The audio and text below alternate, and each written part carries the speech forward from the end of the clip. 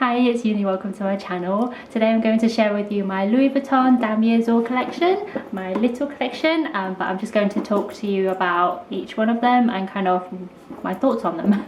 Starting with the smallest one, it's more an SLG, small leather good rather than a bag, but I do use it as a handbag, a little one. It's the Pochette Accessoires in the Damier Azur. This is my most recent purchase. I got this at the end of last year.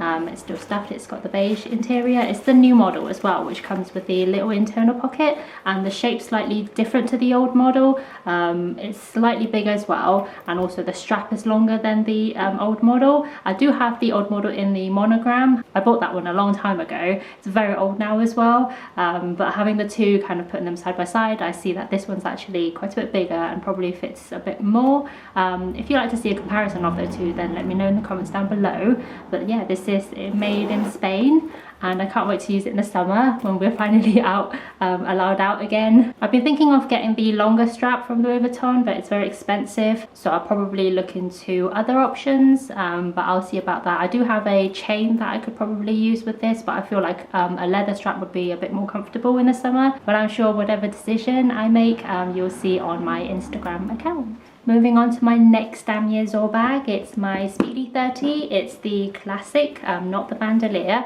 I got this one about 4 years ago. I got this in London. I initially wanted to get the Delightful PM in the Damier Azur. So I went to London and my brother came with me that time. But when we looked at it, it just didn't look very nice. Maybe it's the one I looked at, it just felt very thin and didn't feel like it was very good quality. And then I was just look at the Neverfull PM in the Damier Azur, but they didn't have it in stock. They looked at the other stores in London, but they didn't have any in stock that day. So then I asked to look at this one. I looked at a few trying to find kind of the perfect looking one. Some of them kind of had really wonky stitching, and everything just looked a bit off. This was the best one I picked. As you can see, the leather's quite patinaed, but I still haven't used it that much in comparison to other bags. I think it's just because we've not really had nice weather as much, and I do kind of still worry about this bag a little bit, but I don't think I'll get rid of it, even though I don't use it that much compared to other bags. I feel it's kind of special. I love the Speedy 30, I love the classic design as well.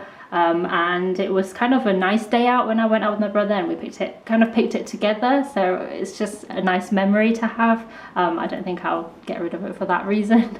Up next is my Delightful MM. This is again Damier Azur, and it has the rose ballerine interior. The reason I got this one is because I really wanted a Damier Azur bag with the rose ballerine interior. I did think about the Neverfull version when I was thinking of getting another kind of tote slash hobo bag. But then at the time I already had two Neverfulls, and I thought maybe I should change up and get a different style. And I kind of wanted to get something pre-loved rather than brand new, because I just didn't want to kind of spend money on another brand new bag at the time. So Neverfulls kind of didn't really come up that often with this combination, and I've been looking for a long time, for probably about like a year. I've been like keeping my eye out on a good condition pre-loved one, and they kind of never came up.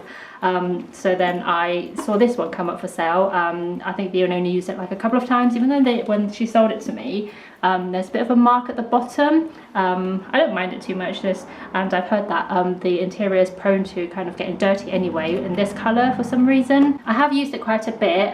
It is patinaed quite nicely, but then I do find the shape a little bit awkward, and the strap kind of keeps sliding off my shoulder, and I think in my heart I just always wanted the Neverfull version, so I just kind of had a lot of reasons to not like this bag as much, and then I started reaching it less and less. I used it a lot in the summer one year, just kind of every time it was sunny or every time I went out, even though I didn't carry that much, I would still try to use this bag.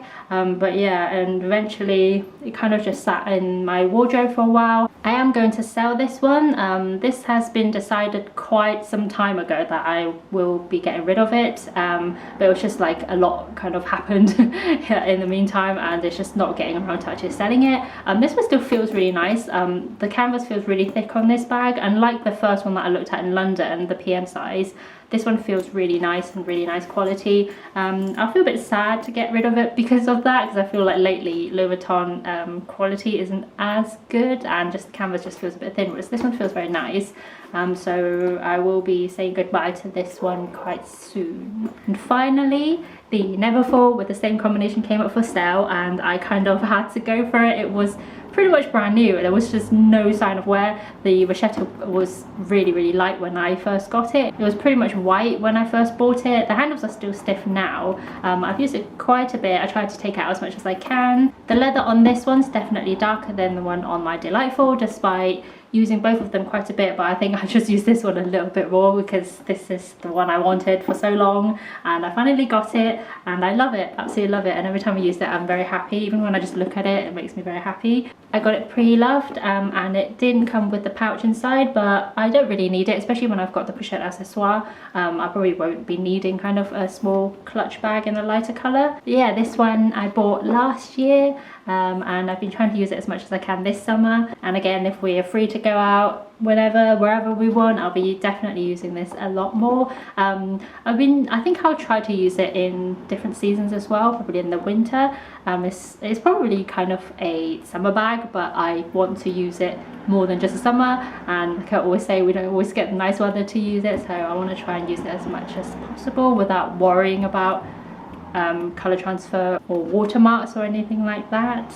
I know a lot of people are worried about the Damier Azur print because of colour transfer. I personally not had that problem. I think generally because I don't wear really dark clothes or like new dark clothes when I use my Damier Azur bags, and if I do have kind of any coloured clothing that I'm wearing on the day, I'm a little bit more wary and just cautious. I know I shouldn't have to worry about it too much, and I don't generally, but I've not really had any issues with that. So I still really like the Damier Azur print. I love all prints anyway. I love all three prints from Louis Vuitton. I'm not sure I would add any more to my collection in that print, just because I don't get to use it that much, but I do really like it. And if you like the print, I would say go for it, give it a go, and what's the worst that could happen? You might have colour transfer, but then that just adds character to the bag. I recommend the Damier Azur print for sure. If you have any thoughts on that print in particular, or if you have any questions about them, then let me know in the comments down below. Thank you so much for watching my video, and I hope you have a lovely day. See you next week. Bye. The leather on this is definitely darker than the one on the Damier Azur print because of colour transfer, and